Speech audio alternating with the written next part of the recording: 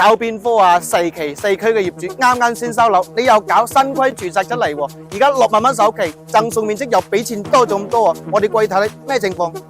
中新坦洲首個第4代住宅，呢個戶景得唔得？靚唔靚？6萬蚊首期就會買到呢一套126平方嘅4房單位，呢個呢冇150平方都做唔出呢個效果。而家首期6萬蚊，月供大概5000零就輕鬆攞低啦。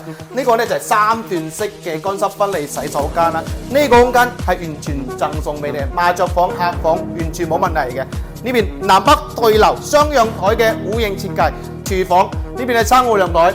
望翻園林景觀嚟嘅，晾衫褲、洗衣機完全冇問題嘅。呢邊嘅生活配套完全唔需要擔心，商業街啊同埋我哋嘅菜市場完全已經全部開晒㗎啦。嗱，而且有車係直接翻到香港太子、荃灣、東涌呢邊㗎，而且我哋呢邊呢仲有公交車總站，直接翻到我哋嘅珠海市區拱北位置喎。